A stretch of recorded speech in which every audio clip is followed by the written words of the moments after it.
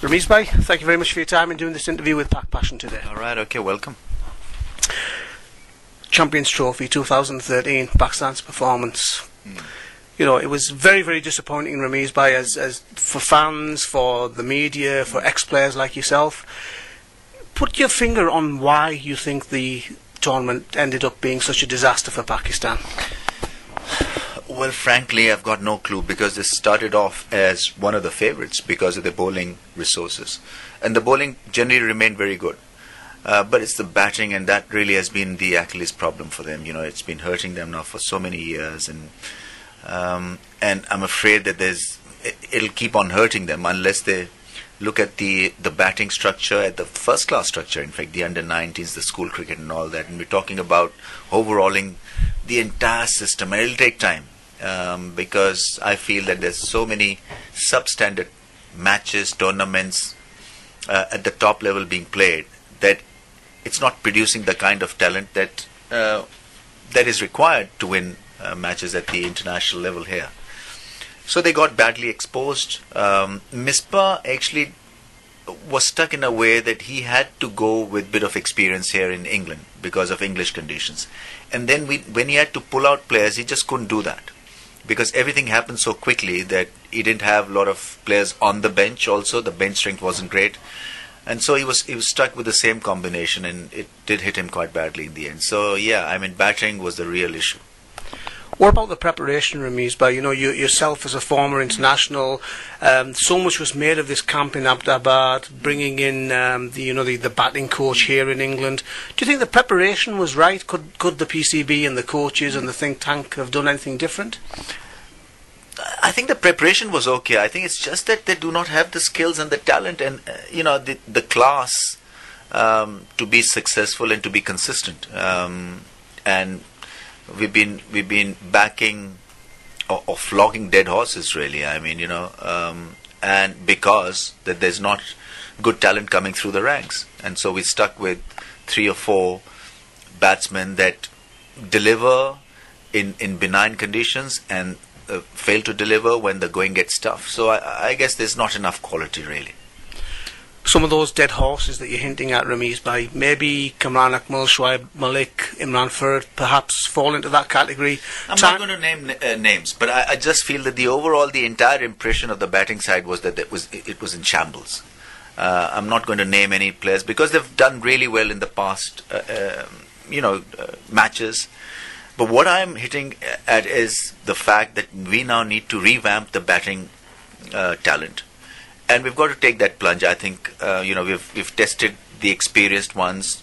They've just not been great at the world events, and that is where your true class should come through. Whatever one days or whatever records you may have created, it doesn't matter if you don't get those runs, those wins for your side at a World Cup event or a Champions Trophy event, because this is it. This is the ultimate test of your skills, and so if you can't deliver at this stage after being given so many chances, then I don't think you deserve to be in the side. You make an important point about the World Cup there, Ramiz. By 2015, surely the planning starts for that tournament right now. It has to. And in all the departments, now India is the fielding benchmark for all countries. And so if India can improve the fielding standards so drastically, why can't we?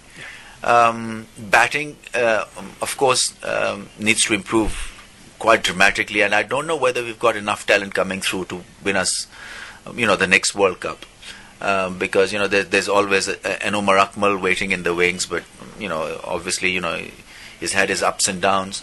But I would have ideally wanted him in this side, and maybe Azhar Ali, 2 players that I think could have given Pakistan just a glimmer of hope.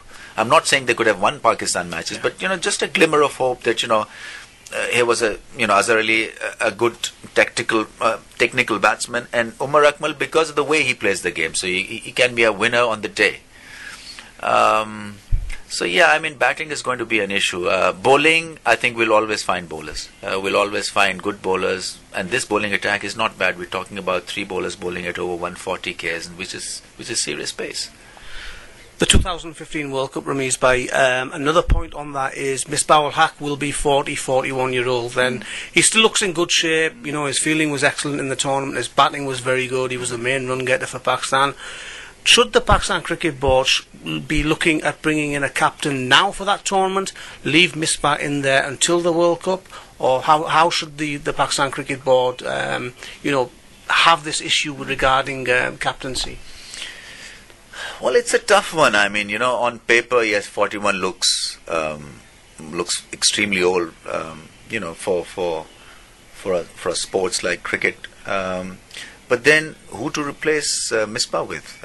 What are the options? You know, if he's scoring runs and if he's still sharp in the field and if he's taking catches and quietly leading them into a certain direction, I think we do not have an option. Then it's best that we just continue with the same captain. And on the other hand, yes, 41 is archaic. 41, you know, by international standards is old, and so it shocks you a little.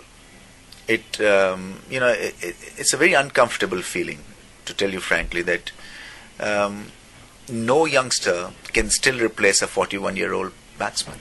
It's a very depressing situation. Especially when you look at India, our next door neighbor, who have, you know, the Tendulkars and the Gambhirs and the Sehwags have given way to youth, and they've been outstanding, you know. So yeah, I mean, it's a depressing situation, but I think a situation that needs to be not sorted out, but just I think we need to just give it more time and see what happens. I think it'll be, at this stage, it'll be wrong to replace Misbah ul Haq with somebody who we do not know whether he'll be good enough with his own skills. Yeah. That's the real issue. And the names that are being mentioned, Ramiz Bhai, with regards to coming back for the tour of the West Indies, it's those same names, you know, your Shahid Afridis, your Yunus Khans, all those guys who've played many matches, haven't really performed recently. That must also be quite worrying. Yeah, I mean, there's lack of talents. It's as simple as that. And so that is the reason why we, you know, fall back on these players over and over again, year after year, season after season, series after series. Yeah, it's a depressing situation. Final question, Ramiz Bhai, and really appreciate your time today, is to do with Dav Watmore. How much do you hold him responsible for the failings in the Champions Trophy? Is it a collective failing, or is it largely down to the coach? Well, a coach cannot be in control. And I'm from that old school of thought, because it has become, you know, it has become an old school of thought where I'm all out. I'm all out to give powers to the captain, make him the boss, make him the coach, and make him everything, rather than, you know, involving a coach or a support staff into action or into team details and stuff like that. But I don't know. I mean, I was expecting a cultural change. You know, whenever Pakistan has employed a foreign coach, I've always felt that it's been a good move, because he comes from a different background with no extra baggage, and he doesn't get involved in our day-to-day politics. And he's involved because we want to bring a cultural change to the dressing room. Yeah. That actually hasn't happened. I'm not too bothered about the performances, because Dave Watmore cannot control the kind of talent that is coming through our first-class system or under-19s. He's not responsible.